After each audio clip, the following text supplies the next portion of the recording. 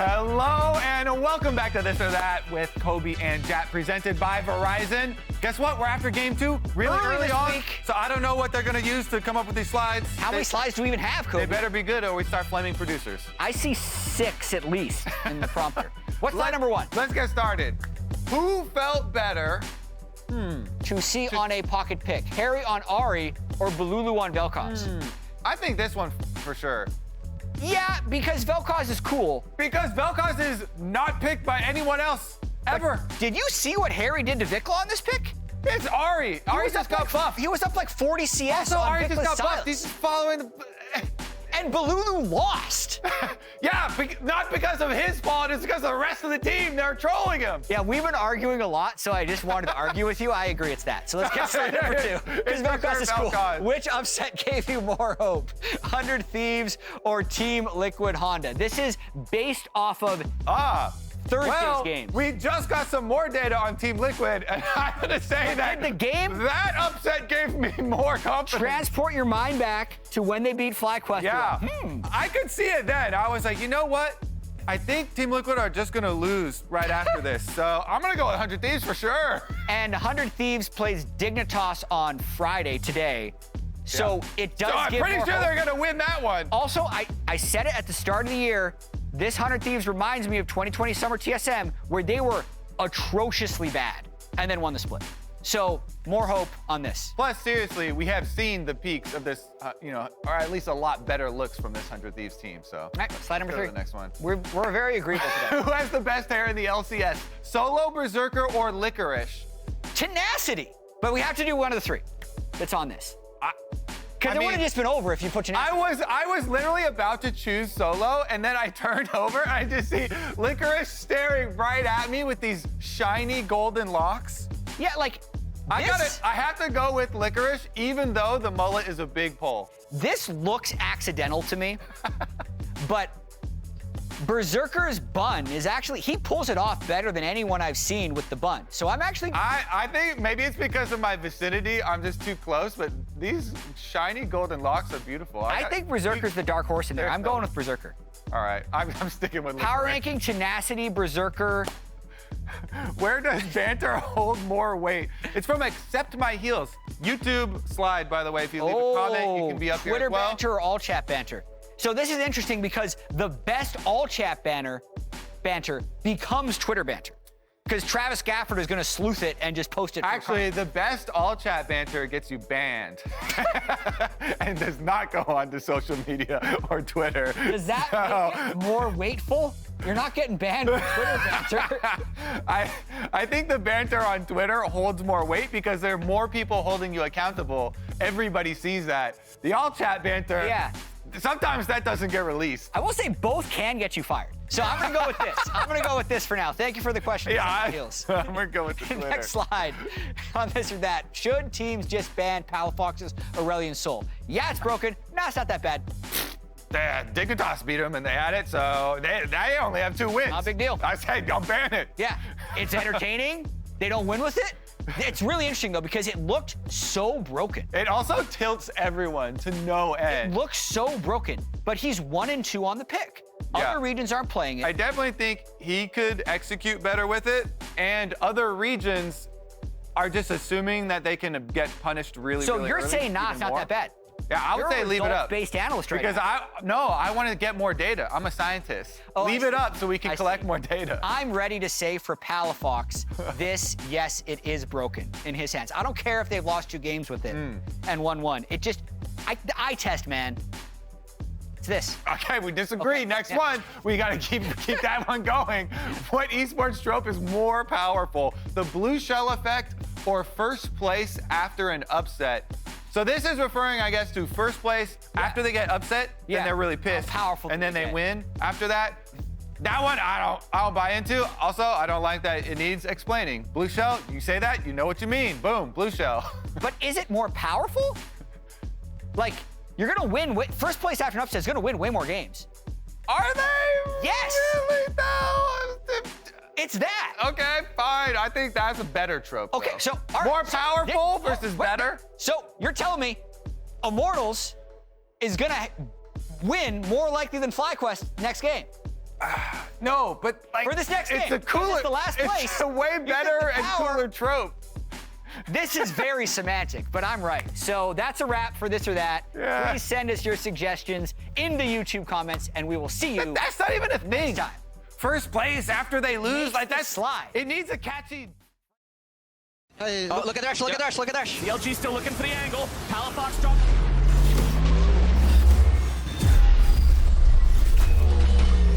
Yeah, I feel us. I'm back. I feel us, no flash. AD Yeah. dead, AD Yeah, dead. dead. Keep going, keep going. I'm chasing. I look Yeah. here. I look here. Hold up with CR.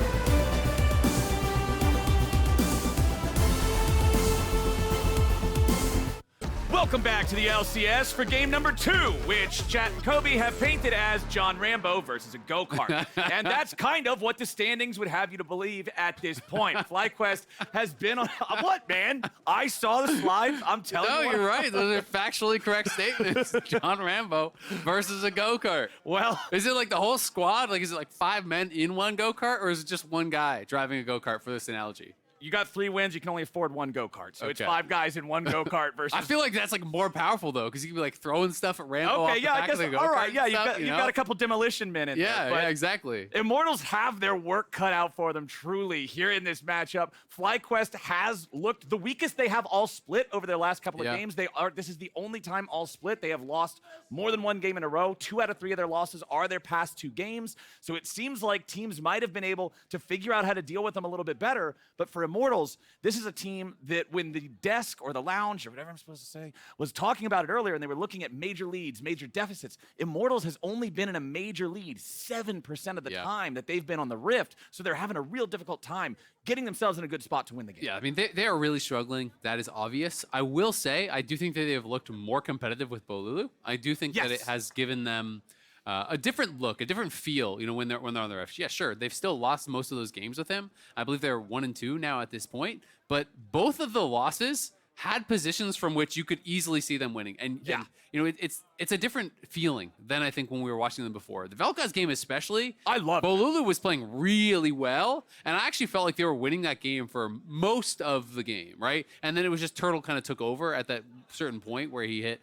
you know, his Bloodthirster. He's on 6 items, and I think he even had Gathering Storm and all this stuff, and he just kind of like went Super Saiyan and won the game, right? Yeah. But they are looking like a team who really does have some win conditions now. And I'm excited to see them playing around Bolulu. I'm excited to see them playing towards his style. You know, he played Zoe 1 game. It got banned against him the next 2 games, and he's brought out a Vel'Koz. So he is bringing a bit of a different flair than literally any other mid laner in the league right now, because no one else is currently playing Zoe or Vel'Koz. And I feel like, look, if you are sitting on 3-11, if you're at the bottom of the standings, I don't care if artillery mages are meta. If you are good at artillery mages and your team can play around how that works, then cool, play it. Catch them off guard. Get a win based on the fact that they're not used to playing against your champion or whatever, but you've got to try something different. Keep experimenting, keep innovating, and keep trying to figure out what makes this team work. I have been informed that this Immortals has hit the critical mass towards the end of season of it's a must-win now. If they do not win this game, they are 100% out of playoffs. There's not even any of those Hail Mary, well, what if everybody loses and a meteor strikes? Like, they could still get it. Not even any of those if they lose this one. I mean, it depends how many people the meteor strikes, right? Okay, I guess if the meteor somehow manages to strike every other team except Immortals, then they're going to MSI. So really, it's still on the table. Okay, so depending on the accuracy of the meteor, unless Immortals wins this one, they're out. So exactly. I mean, realistically, they're already out. They're not mathematically out. But anytime someone gets past 9 losses, in my head, you're out. I don't really care about these fantasy scenarios where in most situations it's like, if X happens, you know, if Flower shows up on a Tuesday at your house and the wind is coming slightly from the north, and then there's a piece of gum on your shoe and a dog barks at just 3.2 decibels, then maybe you'll get it happen. Yeah, right. It's like, okay, sure. It's mathematically possible. You know, I'll keep that in mind. But largely, if you don't get to 9 wins, you don't make playoffs. To me, that's kind of the cut and dry way to kind of look at it for the most part. And I mean, we talked a little bit about it yesterday with like, this is derived from the history of teams that have made playoffs, right? This isn't just a gut feeling, 9 feels like it's right because it's the halfway point. This is just historically, I think you said it was what, 1 or 2 times a team with fewer than 9 wins ever made it in. So it's a pretty safe assumption. Yeah, it's a pretty safe assumption for sure. But even if you aren't going to make playoffs, you want to be picking up wins. And let's be honest, when you're a team that's at the bottom of the table, you know that your team is considering making some changes. That is just the reality of esports, of Pro League of Legends. So you want to, at the very least, really showcase your own individual skills and show, hey, I should be on this team in summer. Yeah. You should keep me around, right? So I do think it's important for these players to have good performance and to be able to build some confidence, especially if they're going to be going forward with Bolulu. Like, if this is your new 5-man squad, get some wins under your belt at the end of the split. Maybe you're feeling a little bit more confident going into summer, right? If they could move up to even like 50-50 with just Bolulu, they'll still be well under 500 as a team, but then you'd be saying, hey, if we can improve, maybe we can challenge for playoffs in summer. Exactly, right? Just giving yourself something to build towards, some kind of a goal, some kind of an objective. Immortals are going to ban away the Zoe themselves, as well as Varus and Annie. Meanwhile, on the other side, FlyQuest is taking aim at the marksman. It's Caitlyn and Zeri, both off the table. Aphelios is the standout for me that I am still seeing up compared to all of these other high-tier marksmen that have been removed. So if FlyQuest don't ban that, it's almost like they're daring Immortals to take it. Yeah, it is really interesting. You know, not going to be banning that just yet, so maybe feeling like they have a good option into it. Also, maybe they're saying, you won't first pick this. I guarantee it. You will not first pick this, because on blue side, maybe they're not feeling that it's actually valuable enough, and that FlyQuest could get it on their first couple picks here on the red side, which would be quite nice for them. It is going to be a Rakan first pick, so we pretty much know Immortals are going to play Xayah Rakan. That's kind of just in there. I do think you can look for the Thresh Aphelios answer. Doesn't have to be as your 1-2 because they're not going to take Thresh away from you now that they have Rakan. But you could easily, you know, grab up Aphelios here if Prince does want it. When we're actually looking at the different champions that he has played, he has quite actually a deep champion pool at this point. He's been playing, he has no more games than 2 on anything, right? So there's still a lot of stuff that is up and available for him. And they're actually going to take the Xayah away. So that is really interesting. It's one of those dynamics where when you talk to pros, a lot of people have a very different opinion on which is the more important part of the duo, like which one is worse without the other. So it'll be interesting to see this matchup here and see that kind of demonstrated a little bit, because I tend to feel like Rakan's laning phase is so much weaker, you know, without the Xayah, without that pairing. I do feel like he kind of gets more from it. But I know a lot of people are on the other side of that argument as well. So it'll be interesting what pairing they go for, because you mentioned Aphelios, right? And Aphelios, I think, makes a lot of sense. But I don't know if you want to play Aphelios with Rakan, because Aphelios generally needs to be paired with like an enchanter or something to keep him safe, like Thresh. Exactly. And Rakan just isn't really that. So now, where will we think that they are going to go? You know, there's still lots of options. Like, he's played Ezreal, he's played Kai'Sa, he's played Jinx. You know, Kai'Sa could, I think, fit out of the ones that I kind of just mentioned with something that is hard engage. I mean, we're looking at Vi Rakan. Kai'Sa for follow-up, you could play somewhat of a heavy dive comp. And Kai'Sa is actually really good in solo queue right now, so I think a lot of people are playing it. It is a possibility. So right now, there is an issue with the champion select being displayed. All right, we got it back. We got it back. So now, yes, you can see the Vi locked in. We've got the Kai'Sa locked in. This is all dive all the way. And I actually really like this. You know, just trying to think through what the options were available to them. It didn't make sense to go Aphelios anymore from Fly's spot, right? So Kai'Sa, I think, really does fit the theme of their composition, which is go in. And it is going to be Nautilus as the answer, which a lot of people do like into the Rakan. You know, if Rakan goes forward, you actually just hook and lock down the Rakan and you try to burst him out. That can be very, very dangerous for the Rakan. If you're trying to go in, especially in the 2v2 type scenarios, and you get hooked out of your W, rooted up, the feathers are going to be placed on the ground. You're going to get rooted out of that. The pullback will be there from the Xayah. So that matchup can become very difficult, I think, to play from FlyQuest side. It's a similar theory to how people used to pick Leona as the counter pick into Rakan, because he goes in and then you just say, no, screw it, we're just going to have a frontliner contest and Leona's tankier. Nautilus not as tanky as Leona, so there is that risk that you're talking about. But Jax is banned out by Immortals. You're going to see Veigar banned out by FlyQuest. Wait a second. Okay, so the sides were backwards earlier. That was what was wrong with the draft. I thought it was confusing that Immortals would ban the Zoe. Oh, yeah, you're right. Yeah, I was like, when it came back up, I was like, oh, I was talking about the wrong team. But yeah, no, it came back up because it was mistaken. I was like, why would you ban your own man's champion? Like, this is an all-chat everything makes more sense. Yeah, okay, now I'm clued in. All right. Unless she's been having some bad scrims. Yeah, it's just like, all right, dude. It was like, Zoe's looking good here. Like, ban Zoe. Yeah, he went 1-7 on this for not allowing that to happen. Like, sometimes the self-ban can be very helpful. All right, so at least it makes more sense now, and it makes even more sense now with FlyQuest banning out Lissandra and Veigar, both of which are champions that don't get a lot of play right now. It's Jax and Renekton banned out by IMT. You skip work for this. Top side. Immortals. Get that person off camera. Don't let him see him. No. Just keep the sign in front of your face. We will not tell on you. We are glad you are here. It's everyone's secret. Your secret is safe with us, and Immortals are going to go ahead and lock in a champion that has been no secret to the meta so far this split. It is K'Sante for revenge. Yep, K'Sante coming through, and they're going to leave 5th pick for Bolulu, which does make sense. It's interesting to see that Veigar and Lissandra and Zoe, all things that are kind of atypical for the meta, are banned against him specifically. So, will it be another angle here for him to go for one of those kind of spicy picks? Hi, Mom. Hope she sees it. Does your mom will actually watch this? So if you had a hi, Mom sign, there's actually a good chance. There's a significant chance. There's a significant chance that your mom would be informed. There's a significant possibility. Yeah. We got some excited FlyQuest fans here ready to go. You know what? FlyQuest actually has the best jerseys this split. Yeah, their jerseys are sick. Their jerseys are the best jerseys. They're pretty nuts. Split, yeah. I really like them a lot.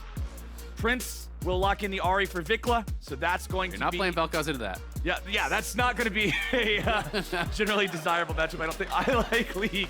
Hey, me too, dude. That's the happiest League fan I've ever seen. And the final pick of the draft for FlyQuest will be Impact on the Sion. That'll be the matchup. Yes, sir. All right, Immortals, this is... Give me the WoWy pick. Give me something that's just like completely... Oh, Galio works too. Yeah, Galio, it's not WoWy, but it's a wow. Wow. Yeah, that's kind of cool. That's okay. Like, sure. Hey, someone tells you a story and you're like, that's kind of neat. Yeah, wow. All right. That's nice. Okay. I Sure. can dig it. I mean, he's in the sure category. Yeah, sure. Yeah. Okay. 5th pick Galio, sure. Yeah, no problem. I mean, but it is anti-dive, and that's what they need. Yeah. That's why my brain was immediately going to Swain, because what does this comp do? Literally only run at you, right? It's Kai'Sa, it's Ahri, Vi. That's a really popular combo. Vi ults in. Really easy for Ahri to follow up with the ult into a guaranteed charm. That's a really dangerous assassination combo that can be really, really tough to deal with. So their answer, instead of the Swain kind of being that meatball they have to fight through, is just going to be the Galio counter engage. Vi is going to ult in, Kai'Sa's going to ult in, everyone's flying in there, and then Galio's hoping he's going to come straight in, create that chaos, land the AoE taunt on multiple people, give that passive magic shield to multiple people to be able to try to prevent them from getting burst down, and hope that allows them to really turn around this fight. And we'll see if that does work, because I think in principle, it makes sense, right? I do think this is a good anti-dive pick, but they don't have the best aggressive pairings with it besides the Nautilus. I always liked having like kind of a guaranteed delivery service type thing for the Galio as well. Having a Vi or a J4 or whatever. Give me a Nocturne. Shoot him in there like a torpedo and let Galio come down over the top if they need to, right? So maybe it's going to be that they're trying to do that with the Nautilus. Sure, you can kind of send K'Sante in the backline. Sure, you can kind of send Kenvi in the backline as well, but they're not as guaranteed. Yeah, the problem with K'Sante is a lot of times if he gets an ult, if he wants to isolate somebody, knock him away from the fight, and then if Galio just abandons the rest of his friends to go help K'Sante beat somebody up 1,000 meters away, not precisely what you want, but I think the ideal situation here for Immortals is FlyQuest tries to go in on tactical, he's able to deploy his ulti in time to stay safe, and then the Galio slams down over the top, right? Like, And Galio is going to have to position really well as a result, right? Because if Galio is actually caught in that initial engage, then all of a sudden you don't actually have the ability to really get that ulti chain off. That can be problematic. FlyQuest is going to have to really be cognizant of where Bolulu is on the map, where they're actually committing their resources. If they overcommit too heavily, if they spend everything all at once, Vi ult, Rakan ult, Kai'Sa ult, everything goes in all at the same time, and they don't actually have anyone marking Bolulu, then it really could get turned around on them pretty hard, especially because, Vi ult is so obvious that it's really easy to respond with the Xayah ult initially. And I hope we're going to get a very PvP-heavy early game here, because if you look at the AD carries, there's no cleanse on either one of them, despite the fact that there's some heavy CC on both sides. So I feel like this is just saying, we want combat power, we want a 2v2, maybe a 3v3, drag the jungler down here too. Wait, Impact is level 1ing. This is some ultimate cheese here. They're gonna show. Wait. Oh, baby. Decimating smash missed. Oh, they wanted to go. Wait, hook him. Wait, hook him. Just hook him. Hook him! I think maybe it was a bait that if they hook him, then they just kill Nautilus. It's worth. Yeah, it's top laner doesn't want to play the game anymore, I promise. I think coming in at the top laner point of view. If your TP gets interrupted there, I guarantee you don't want to play the video game anymore. You are down like 3 levels walking back to top lane if that gets interrupted. Well, it did not get interrupted. Impact loses out on a little bit of, I don't even know if he missed EXP in the lane, really, because he just did one decimating smash. So maybe he missed out on a couple of melee minions, I'm not sure. Cool attempt. Yeah. I don't really get it, I'm gonna be honest. I mean, even if they hit the Q, I don't think you kill anyone. Yeah, like, right? Like, and you're spending your TP at level 1. Maybe he's just like, top lane is so irrelevant in this game that it's literally worth me doing 100 damage to bot laner to spend my TP top. To use my 6-minute cooldown summoner. That's the state of top lane right now.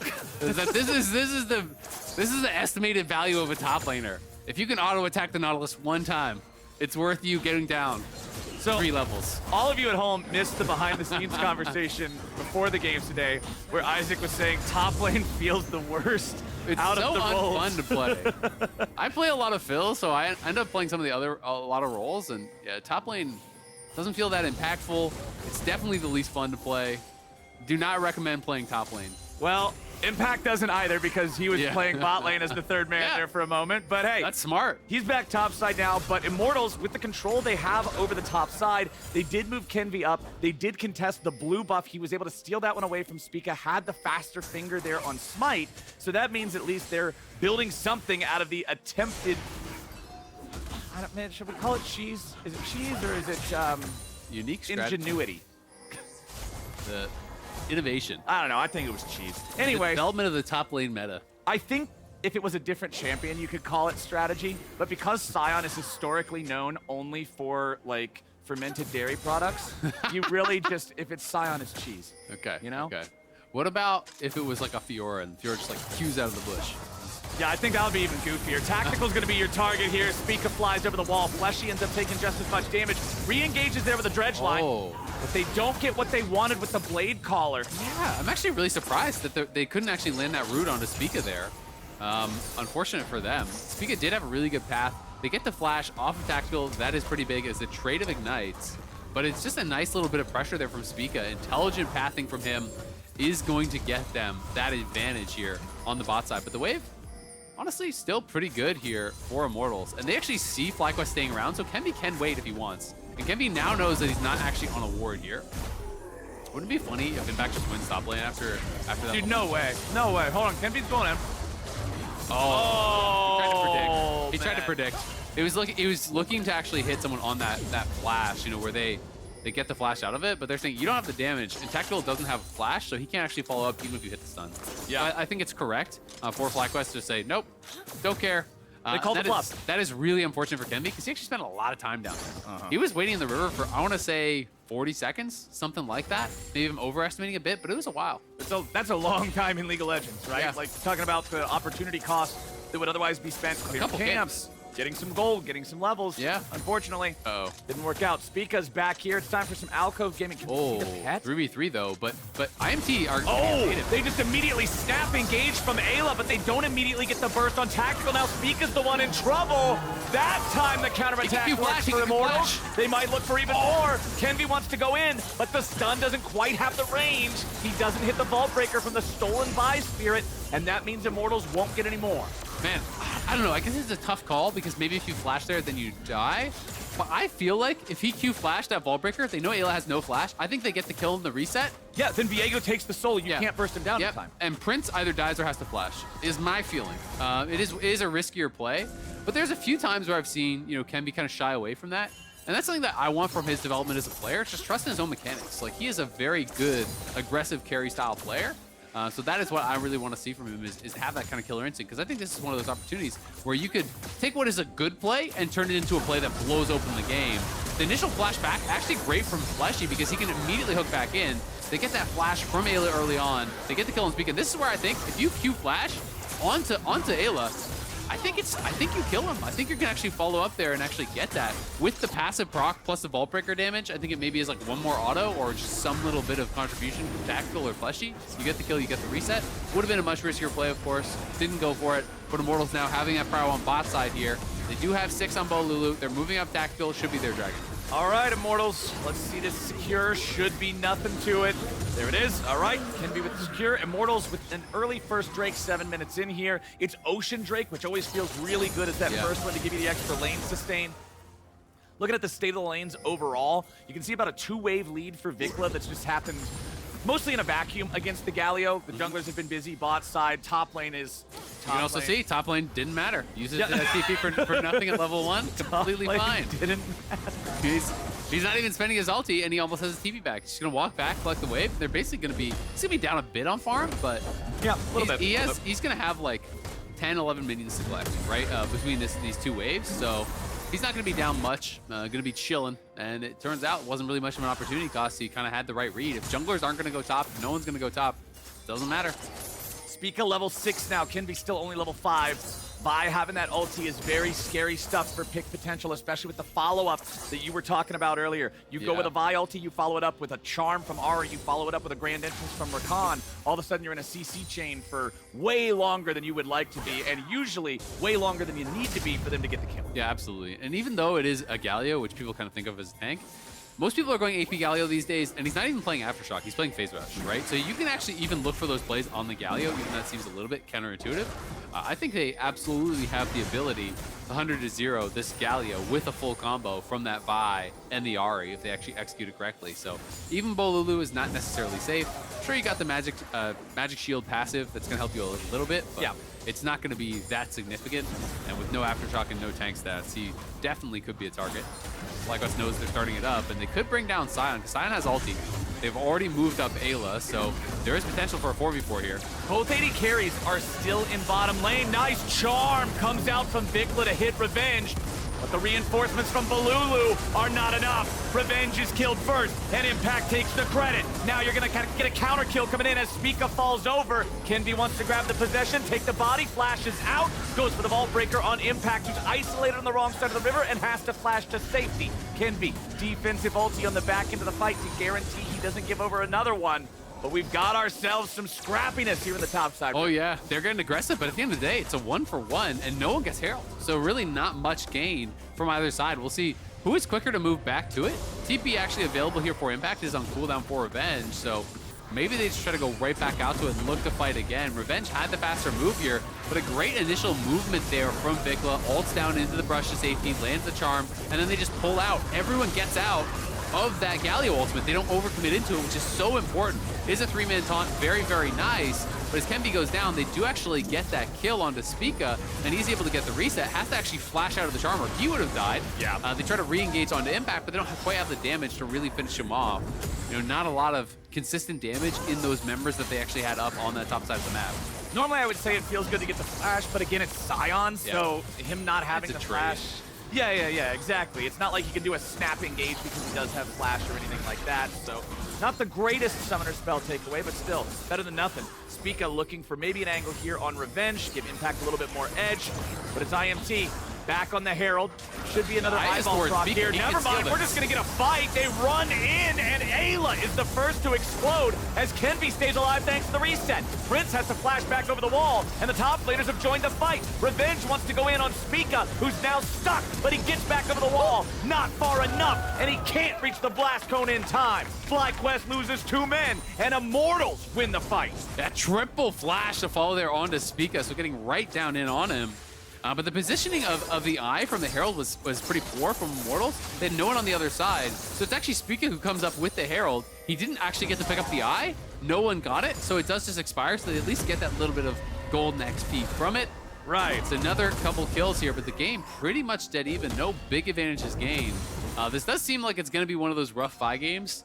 Vi is one of those champions, when you fall behind, you just kind of keep You're a minion. Right? Like, yeah. So this is what I'm talking about. When everyone is down on this bottom side of the Herald, the Eye is actually going to spawn on this side. Spica could have literally just auto-smited immediately, but he wanted to go in for that initial engage, does land the Q. He turns around on it, and I think then hits the Eye as he steps back. Oh no, okay, it was just a late smite. Yep. And then is able to grab that. But unfortunately for him, it's full on retreat. He can't actually step up and claim the Eye for himself. Revenge gets in. Spica flashes back, the Q comes off cooldown. He does get multiple flashes there to follow, which is going to feel really nice, at least. Yeah, Vi having to initiate into this composition over and over again, like, her job is difficult. This will be a game where I feel like unless you are just having the perfect game state from start to finish, you're going to have multiple deaths by the nature of the way it is. And I mean, it's one of those things that I talked about where because there is a Galio and kind of this counter engage on the other side and a Xayah and so on, you can't just full send everyone all at once in the first moment of the fight, right? Or potentially you're gonna get all hit by the Galio, all taunted, all hit by the Xayah, etc. Fleshy with the flash over the wall for the engage onto Eyla. They kill Rakan, break up bot lane, and Xayah's the one feeling better about it. Yeah, the CC there was really, really rough on Eyla, so well played. You know, the hook onto him, the ult threw him onto the backline, so no one can even really follow it up. They had great CC chain down there onto Eyla. They do get that kill. But it's going to be a lot of one-way trips for Spica, right? He has to be the initial person engaging, and if everyone dives in at the same time... What on earth was going on there? That looked way too close. Kenvi's gonna get killed, and now we got a 2v2 here for the follow-up. Bolulu goes in. They're looking to chain CC Spica, and that'll allow them to trade the junglers. That was a little bit wild there. This is one of those situations where everyone just gets so relaxed. You win that fight over by the dragon, and then everyone leaves. And as a jungler, like, wait, it takes me a while to Come kill back, this. guys. People Hold on. get out on the map, right? So everyone just kind of went back to laning, and Spica's able to get back out of there and almost steal that away. That was very, very close. At the end of the day, Kenvi does end up taking it. Spica dies again, so they're not going to be feeling too bad about it. But did get pretty dicey there. And gotta be careful you're not giving away any freebies. Exactly, especially with a team like Immortals that have been struggling so far this split. Yeah. It's really important to maintain your momentum in the game. You've got to make sure you keep capitalizing off of plays like this.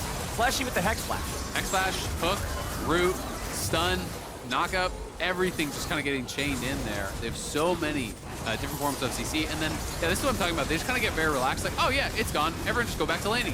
Tax goes towards bot. They see multiple people walking out towards top. He doesn't have smite, by the way, so that's why it got so dicey. It's at 1 HP. Wait, he started doing the crab. Oh my, did he want to let it burn down? I don't think it does burn. Yeah, I'm pretty sure that doesn't work on... I think he just thought his last auto was going to kill it, and that no one was coming, so it Or maybe the pet would attack it, maybe the pet, but I think as soon as you attack the crab, the pet Goes on the abandons the crab. previous camp and he goes to the crab. That's how I understand it as well, but I Yeah. could be misunderstanding that. But either way, got pretty dicey. He was lucky that Spica wasn't able to steal that away. Yeah, that was way, way, way too scary. A little bit too casual. That was, there was a little bit too much solo queue mentality Yeah. towards the end of that Drake take there. That's like, you remember yesterday there was an interview with TSM, and they were saying before the game, you know, Chawi was basically saying, oh, be stressed, right? And I don't always agree with that, but there is a middle ground where Kenvi was definitely too relaxed on that Yeah, one. that was a little bit too laid back, but hey, no harm, no foul. They got the Drake. It's fine. Immortals with a lead of 2 Drakes and 600 gold here 15 minutes into the game. It is a Chem Tech Rift, which can be very powerful in a composition where you are trying to survive a dive because it gives you that greater damage and damage resistance when you're below half HP. Prince is getting jumped on by Tactical in the bottom lane as Revenge and Impact, while we were watching the Drake replay, Revenge tried to go all out, knocking Impact into the river, looking to maybe find a solo kill, but Impact was too And he got him to 95% health. Yeah, welcome to top lane, where every trade matters. Yep, definitely does. For sure matters when you're playing 2 tanks. I always enjoy sassy Azael because you just know that it's coming from the heart. You're normally so genuine and understanding about everything that once the sass comes the out, built-up rage. I It's understand. the pain that you feel. I'm like, playing up there. this man has had things inflicted on him because of top lane. Yeah, that's what happens. You know, you get worn down. What are you gonna do? I mean, especially when it's 2 tanks, right? Like, let's be honest, no one's gonna kill each other unless they just like, yeah, sure, someone's gonna die, that's fine. You just auto-attack each other to death, see who wins, right? Like, nothing's happening. You're just kind of trading to try to get push advantage, see what you can kind of get done with that, and then it's about the team fighting. But, you know, when you look at Tactical, he's in a really good spot already, right? You know, he is out to a lead, has gotten a couple kills off of these skirmishes, and Immortals, again, find themselves in a good spot. They've had multiple games now with Bolulu where they're looking to be in pretty prime position, but it is far from sealed. They are 2 dragons as their advantage, but the gold is pretty much completely tied. So it's going to come down to execution in the team fights. I do like the ease of execution that Immortals have. I think it's a lot easier to play out their composition than it is to play out the FlyQuest one, where there's so much CC on Immortals' side, and you all kind of naturally will stack up as you dive and try to burst people down. So I think that's going to be the difficulty for them. But it is, again, the Fly starting up this objective, looking to force fights, looking to find windows where they can get these picks. Because the scrappier the fights are, the better it is, I think, for a composition where like FlyQuest, where someone can get separated and you can maybe burst them down. FlyQuest have control over this Herald pit. They should be able to guarantee they get the eyeball this time. Okay, so it's technically both Heralds going the way of FlyQuest, but this will be the first one that we get to see summoned in this match. 30 seconds on the Drake, and I think that's what Immortals is saying here. We don't want to fight for the Herald. They already had the setup. Don't waste everything. Don't spend resources. We'll play for the Drake instead. Looks like they're going to be able to potentially crack this tower top because Spica is kind of threatening the zoning. And VicLa's up here, so they should be able to get some gold. We'll see if he can actually get that gold spent and TP down towards Dragon, or if they're going to be willing to actually just give this up. Either way, it is a trade, as we see Bolulu taking down a tower of his own on the bottom side. And now, a nice little trade there from mid lane, but look at over the wall! Oh, Tactical just gets destroyed. That's what I'm talking about when you don't have a cleanse. If you're CC'd 100-0, there's no time to flash, there's no time to ult. With Xayah dead, FlyQuest get exactly what they're looking for. That is just a perfect engage from Spica. That is really beautifully done. Coming from over the wall in the Raptor pit, he just didn't expect it. There's just no way to really react. I would love to see a replay like that from Tactical's Pro View to see how little time he actually had to react, because very likely his camera is down on Prince watching those members, and then all of a sudden a Vi is coming out of fog over the wall right behind you, lands that perfect stun, and then as you say, the CC layering is there and he just gets sent 100-0. That is such a big pick, because in another world, Immortals have the setup, they have the stronger AD, they're on sole point right now at 18 minutes, and all of a sudden for FlyQuest, you'd be worried about their win. Yeah, this was a big stop on the Immortals' momentum here for the side of FlyQuest. And I mean, hey, they're still down 3 kills. They're up in gold. So this team is doing just fine from where they are. The biggest farm advantage being in mid lane there. VicLa out farming Bolulu's Galio, making up for a little bit of that gold lead, probably most of it really, since it's not that much to begin with. Ayla trying to clear out some vision, but it's Kenvi who finds him. Should be pretty easy for Rakan to get away from that one with a grand exit. 1 minute until Baron spawns. VicLa's about 800 gold-ish ahead, so he's more than the total advantage right now. It is an advantage for Tactical down in that bottom lane. He is going to be, oh no, he's actually slightly behind now after the tower kill and the kill that Prince got in mid lane. But very even. Tactical's gonna be finishing his second item here pretty soon. Almost guaranteed, going towards quick blades as we kind of expect on that Xayah, which is gonna be a really big spike for him.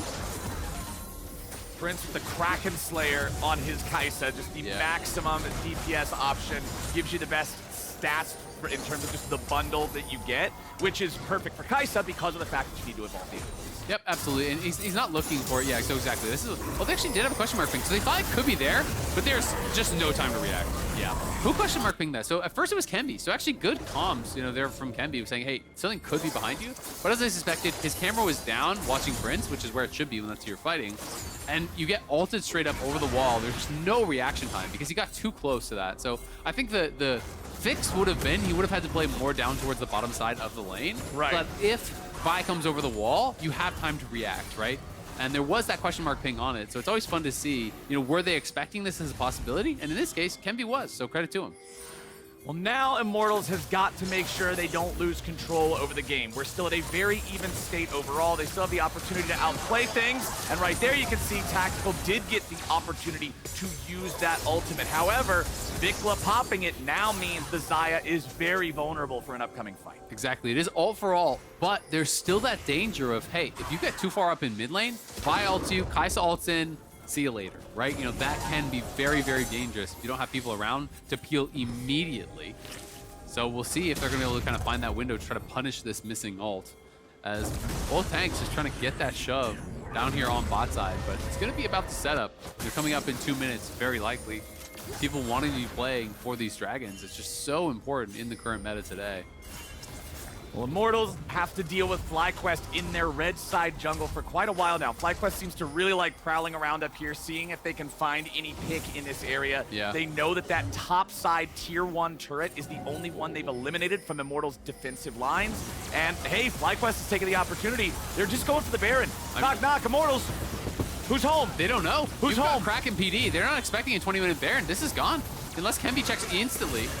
And unfortunately for him, it's not in time. FlyQuest sneak a 21-minute Baron. Rough. And everything that Immortals built in the first 20 minutes of the game crumbles. Yeah, train kind of off the tracks just like that. That sucks for Immortals. It's just a smart play from FlyQuest because they can always peel off. you've got to be so cognizant of these takes. When people are high DPS like build like this, Kai'Sa with Kraken PD shreds Baron. That goes down really, really fast. You know, all of the damage from your isolated Q is going to be straight on the Baron. And you have that incredible amount of attack speed. You're stacking up the passive very, very quickly. You're able to shred through. And they have such good turn that as soon as they got full control of vision on that top side, it needed to be a concerted effort from Immortals to retake vision so they could at least easily check into the pit anytime people go missing. But they didn't do that, and then it's so slow to actually move forward through those brushes because you know you could be walking into a Charm, you could be walking into a Vi, you could be walking into a Rakan engage, which makes your job very, very difficult on that Immortal side. So a lapse in coverage really punishes them heavily. And this Baron is going to be up all the way through when the Drake would spawn. Pretty much guarantees FlyQuest is going to have control over that.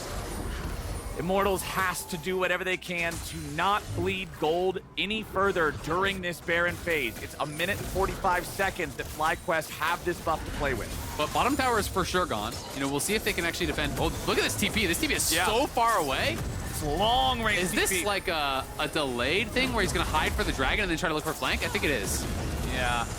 He has to get in range to be able to join up with the rest of the team, though, because it's looking like the scrap is going to be up to this top of the river. I think what they're going to do, they're going to wait for them to start the dragon, then they're going to come in from behind at the same time as they look for an engage from the top side. So that is the angle that they're looking for. This is like the long con. All right, we'll see if they're aware for it at all. Let's see if they can do it. Spica's not near the Drake at all. They're going to find him. Yeah, Prince is just soloing down the Drake. They're like, we don't even need our jungler here. We'll just take it like that. So unfortunately for Immortals, the plan with the Galio, Metal Gear Galio is a flop and does not achieve anything. Or are we still going to get it? Spica's now isolated. Okay. He'll see Bolulu. Prince is still behind. Spica wants to charge away. The plan works out after a long, long time. Yeah. But they end up just trading a kill on Spica for a teleport and a Drake. Now, if they can get Prince, then maybe we're talking about something. Revenge goes in, stun comes out, taunt goes through, Justice Punch lands, damage goes. There it is. Enough to take him to 0. Shutdown over to Revenge. Good couple kills. They do lose the mid lane turret. And the biggest problem is, if there was something up to take, you know, if there was a big objective up, if Baron was up or whatever, when Spica died, then you're feeling pretty darn good about it. But for now, it is just a little bit of gold back, and they're kind of losing equal gold on the other side as they lose that mid lane tier 1. So it's a nice play. You know, it's something that we want to see Immortals continue to do when they fall behind. If they get in these bad spots, they've got to look for winning plays, and I think this was an opportunity for that. Yeah. Unfortunately, it just amounts in a couple kills, and you know, kind of stabilizes that goal at the 2K deficit. So we'll see where they can go from here. They couldn't get the angle in time to fight for the Drake. FlyQuest, I think, did a good job of not overcommitting people in the Drake pit, just leaving Prince there. Hey, man, you're playing Kai'Sa, you have Plasma. It's a really easy take for a 2-item AD carry to solo that one down. So, still, about a 2,000 gold lead for the side of FlyQuest over Immortals. Long way before we get ourselves another neutral objective to fight for. Still 2.5 minutes before that Baron respawns. And if you're Immortals, now you've got it in the back of your mind. They do this fast. We cannot afford to be lazy with the vision. Absolutely. I mean, they have really got to be on point. But checking is difficult. If Revenge is not there, there's not anyone that's actually super safe to actually check these brushes. So they kind of have to slowly clear it, be grouped up as a team, move forward. You can have Galio walk up. You don't really want to engage on the Galio, but Galio is still AP. Like, you can have his Zonias to try to keep him alive, but it does become a little bit difficult. And there's just so much CC and burst from the FlyQuest team that this is why they have to be grouped up like this. They need all 4 members basically to walk in because they don't know who's stacked in a bush. You know, Vi and Kai'Sa and Ahri are all there. You can CC someone 100 to 0, and they're just going to look for a chunk here. Spica jumps in on Bolulu. They've got the Sion coming around from the other way. Just passing through. Gets the ulti out of Tactical, though, and that's going to be huge for the follow-up fight. If it happens... But Tactical can't enter. This positioning's so bad. He's got no ult. How does he play? Cannot fire on anybody. They've already lost their jungler, but now Spica can find the engage on the Immortals AD carry. FlyQuest trying to regroup and find the way back on a Tactical now. As you can see, VicLa escaping to the top side of the fight, but Tactical fights back. Bolulu was able to reinforce him, and Revenge was dealing with everyone off to the side. IMT are holding on. Impact stuck in no man's land. We'll try to use a decimating smash, get something here. Should just be able to kill him off. Nobody died of the dead body. All right. Great fight from Immortals. You know, I thought it was going to look really, really bad. But people weren't really following up. I didn't actually see. I'm gonna have to watch on the other side and see what happened to Prince. Because what I was expecting when Immortals moved in there, I knew Tactical was gonna get Vi-ulted with no ult, and then I was expecting Prince to ult onto him and him to get instantly executed. What ended up actually happening is it was only Vi and the Rakan who went into that backline, so they couldn't quite burst down Tactical. Galio got back there, was able to protect them, and they're winning the skirmish on the other side. So that's where I need to draw my eyes to in the replay and see really what happened. Why can't Ahri get to the backline? Why can't Prince ult into the backline? Because as soon as Immortals moves into this area, look at where your AD is. How is Tactical supposed to play from here? He can't really enter. So as soon as he steps up to auto, you're immediately gonna get ulted. Like, look how long he waited. He couldn't have really done much else. Immediately gets ulted, and Prince is just already dead. So Prince is already gone. VicLa can't actually reach. So it's just a really good initial kill there on the Prince. It wasn't able to get his ult off to actually keep himself safe. Wasn't able to get into the backline to try to burst down Tactical. So good job here, you know, by the frontliners of Immortals to actually get that initial kill, which not only got them the advantage of the fight, it also, by proxy, kept Tactical alive. Immortals is not willing to go quietly on this one. They're putting up a fight against FlyQuest. 11-3 versus 3-11. You would expect this to be much more one-sided than it has been. Immortals doing a good job early to get themselves ahead. Unfortunately, that Baron sneak is what really turned this game upside down. FlyQuest still at about a 1,500 gold lead. Drake's 2-2 with the next one spawning in 20 seconds, but Baron is also up. TP being channeled here by the side of Immortals. Kenvi looks for the Spectral Maw on Impact. Even if it would have hit, it wouldn't have mattered. Yeah, they would just try to look for a little bit of a chunk, you know, see if they can get any sort of a chip damage there for a follow-up. Look at Spica, though. Spica has a really nice angle here on the side to potentially find a flank. Immortals are playing a hell of a game, though, right? This is a team who has been in first place for almost the entire split in FlyQuest. Yes, they're falling down a little bit. Versus our 9th place team, and they lost a 21-minute Baron, and the game is still hyper-competitive here. They're just going to start this up, though. This feels very risky. Yeah, I think they just want FlyQuest to come towards them so they can try to do their counter-engage plan. Impact is going to go in first, and Fleshy's going to get bursted down. VicLa takes that kill, and now Bolulu's looking for the ult. Prince is low. Revenge wants to kill him, but he can't quite find the damage. Now he solos him out. Bolulu finds a tunnel to 3. Immortals, his team fighting FlyQuest, but FlyQuest are better at team fighting. Immortals collapse, and FlyQuest march to victory, hunting down the last man. A triple kill to VicLa, and the Ahri lands the charm to guarantee the last one. It's all over except the last couple notches of the health bar, and FlyQuest get the ace. They can't get Baron off that, though, because they don't really have any consistent damage, but they will get the Dragon. It's a huge team fight there from VicLa, who's on such a massive power spike. He had just completed the death cap. He's on 3 items, you know, at this fight. We can watch it one more time. Revenge did a great job actually kind of soloing out Prince. You can see the Nautilus ultimate down onto him, and the Revenge all out, brings him back into the team, scoops him into the Galio, which he has to flash out of, and he's kind of killing him on that other side. But VicLa's just been getting so much damage down. The taunt lands there on a Bolulu, but then VicLa just steps forward and is actually able to finish off Tactical, who was already very low. I'm not sure if that was just ulti that actually finished off the damage there, but Tactical knows as soon as he went down, the team didn't really have anything left in the tank. Yeah.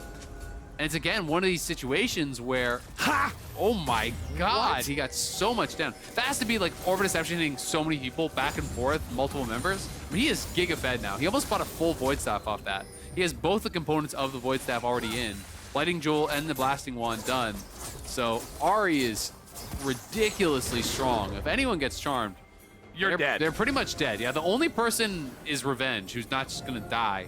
But basically anyone else is easy pickings. And even Revenge, I mean, Jack shows the only item in his inventory that gives him any magic resistance. Yeah. So Kai'Sa dealing with something like Ahri that does have a lot of damage over a consistent amount of time, right? It's not just one burst combo, you're done. I think Revenge even can't afford to stay near this guy for too very long. Everything Ahri does is AoE. The Foxfires hit multiple targets. The Q hits multiple targets. The ult hits multiple targets. He will be slowly getting whittled down by this. VicLa just showed top, though. So are they going to try to look for this? Impact, once again, leading the way. VicLa coming down, finds the charm under Revenge. He manages to buffer through it. Yeah, that's important. Good buffer there. Try to keep himself safe. But this is that difficult spot, right? And that's why they're actually pulling Revenge over here. They're saying, we can't check brushes. They're actually just doing too much damage at this point. Kenvi, you should not look for that. Man, I don't know about that one. Kenvi has to use his ulti defensively just to escape. And now FlyQuest are seeing what else they might be able to find. Spica had to flash back. VicLa goes in for the side, chunks Fleshy down to half. Revenge tries to retreat, covering the exit for the remainder of Immortals. Kenvi wants to use the honey fruits to heal back up. FlyQuest still has more HP to work with overall. The biggest issue is Kenvi being low. He's still healing up off of the wolves. Look at the Orb of Deception, just chunks 1,000 HP off of Revenge. I mean, it was actually really well played by Tactical as well. I think most people, when they see the Ahri flying in there, would just insta-press their ult. But he actually just trusted in his mechanics. He sidesteps the charm, does stay alive, so he still has the ulti available, which he may need now. Oh no, he's just gonna die before he gets to use it. They're too fed with the Ahri, and FlyQuest are looking real good in this fight. Impact CC'd everybody. Bolulu and Revenge want to get something, but the only thing they're gonna get's an obituary. It's Spica picking up the one on Bolulu. It's FlyQuest getting 4 for nothing, and now they're just walking it down mid lane. Yeah, and they could potentially just end the game here. We'll see how far they want to go. The minions are now arriving, and they've just been tanking it up. They are pushing in here. I think they could end. We'll see if they want to go for it. It's game. They've got way too much damage. Mages win fed with a ton of AP, just absolutely melt through turrets. Prince is still alive. This thing's gonna crumble. Revenge is trying to stop him, but the tank Kai'Sa just melts. That'll do it. Immortals put up a fight, but FlyQuest proved too great of a challenge. Tactical can't do anything as he respawns, and that means FlyQuest are about to grab their 12th win, and they'll do it in 33 minutes. It's the great pick actually ends the game there. You know, from FlyQuest, you know, putting on that pressure, playing around that Baron pick, controlling vision for so long here, and Tactical just didn't respect the Q smash there from Impact, right? He was basically thinking, all right, this isn't enough damage, I'm gonna be fine, I can just ult out of this if I need to. But everyone from FlyQuest was actually around. VicLa flashed the wall, I believe, because he didn't even have his ult earlier. Flashed the wall for the charm, everyone flies in, they 100-0 Tactical, can't get off the sums, can't get off the ulti, and he really was their only real consistent damage at this point of the game, right? You've got a Galio mid, Revenge is not gonna be soloing people out on the Kai'Sa at that point, so you know, really we're reliant on Tactical in that team fight. And it's just a great pick. Way to capitalize on that from FlyQuest. But it's another closer game. It's another game where Immortals have chances. Yeah. So the big thing is, I think, the end there, Tactical getting caught, it is the other side of the coin that you were talking about with trusting your mechanics instead of just popping the ulti, right? He's saying, look, I can get out of the way of the decimating smash. I've got to save the ult for Ahri. I've got to save the ult for Vi. I've got to save the ult for something that really matters. But FlyQuest had the coordination. If anything hits him, throw everything at him, and he dies before he can do it. It feels awful to be in that spot, to be staring at a black and white screen with that button still lit up saying, hey, could have pressed me. Yeah, it is really rough, right? But it's one of those situations where there's so many forms of engage. You don't want to just waste your ulti. You don't want it to overcommit. So he's trying to ride that line. You know, and it's rough because I'm praising him a second before. Oh, thumbs down. That was Chad. You know, you're praising him the second before for not actually just wasting the ulti on the initial look from Ahri, from just being confident to sidestep it. But then, you know, he gets caught in that situation where he would have had to ult the Sion Q, right, to be able to survive there. Maybe he still gets caught right after that, and maybe he doesn't have the ult, so he dies at the Baron. So it's kind of hard to know. But it does create, you know, that difficult spot where, you know, you're playing the carry and you are really the only person who can kind of win for your team in those team fights. There's so much pressure on you. There's so many forms of engage on the other side. They're all going to be aimed at you. The pressure just absolutely suffocates in those moments, especially when you're up against an Ahri that you know, hey, if I get hit by a charm and an orb, instantly dead. I'm pretty much in the dirt. So it was a tough job for Tactical, a tough job for Immortals. They fought back however they could, but FlyQuest proved better here again today. And now it's time to join Jatt and Impact on stage for the Verizon postgame interview. Thank you, Flowers and Azael. I'm here with Impact. You just mentioned first time solo interview, not having to translate. So congratulations on the win. How did you feel in general about that game? You seemed a little shaky about it. I'm not happy about that game because we can snow over the world. I mean, we made the mistake early game, but when we got Baron, we should make the clean game, but we didn't. That's our problem now. So we need to fix that problem. Yeah, and you guys had such a great start to the year, winning pretty much every game right off the bat, but you've struggled a little bit lately. What do you feel like has gone wrong, and what are you working on as you move towards playoffs? I mean, basketball won too. Basketball won, so people cannot see that like we are good thing or bad thing too, right? Also, so we didn't show the bad thing that much because normally we have good pick, good champion like Amumu or something like easy champion to play. But these days now meta is changed too. So you need to play like Lee Sin or Bai or this kind of like Okong and need to play well over engage and biting. But we make the mistake about Pimpai. We make the mistake about macro now. Yeah, that I mean we play. I think we are not play getting. We not play worse now. Just we lost to how do we win that? You know? Yeah, that makes sense. Also, your first game next week is going to be against Cloud9, who you're now tied with for first place. It'll likely be a match for first place. Do you have any thoughts about playing Cloud9 again? Not really. I'm just thinking. No, I mean, okay, C9 is strong, but I'm just thinking like our team how to fix our problem. That's first. I mean, if we fix it, we can play well in the playoff. So that's my goal to next week. Yeah. Not like, oh, C9, I'm excited. I'm excited, of course, against Push. I like it. But we need to think of first, what's our problem, what's our playing bad now, and we need to fix that. Yeah. Do you think with your problems, you're the best team in the league right now, or do you need to fix things first? I cannot say that we are best team now, because, I mean, you guys can see that last game or yesterday game, kind of, I mean, just bad performance, you know? So that means we are not doing well. Yeah. So we need to fix that. I want to talk to you a little bit about MVP as well. Both if you had to pick an MVP from FlyQuest, but then also if you had to pick an MVP from outside FlyQuest, because after next week, people will be voting on the award. So what are your thoughts? I think Prince to our team. Okay. He played well there. Not last game, but if I was, who is good? I mean, Emin is play well. The C9 mid now, but he only 6 games or something. Yeah, that's the problem. But I'll give it to him. Okay. Big words from an S. Impact, thank you very much for the interview. Congratulations on the win. Best of luck next week when you face Cloud9. And that's going to do it from here with Impact. We'll see you for a break. Thank you, guys.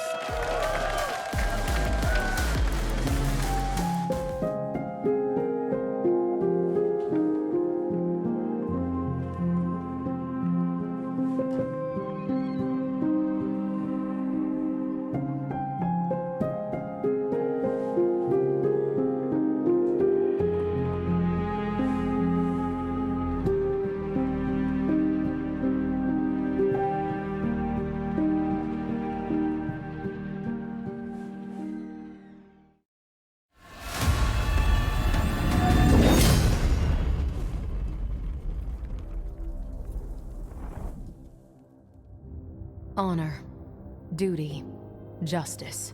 For centuries, these were the principles by which Demacia stood. But fear corrupts even the noblest ideals. The Mage Seekers abused that fear to gain power. Or so they thought. For he will show them what true power is.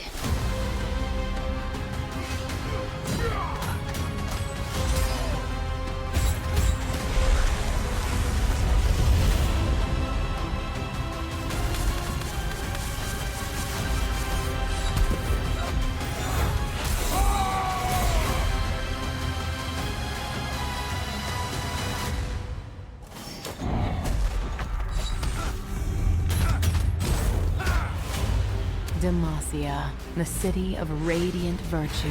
It is time to reveal the truth of its darkness.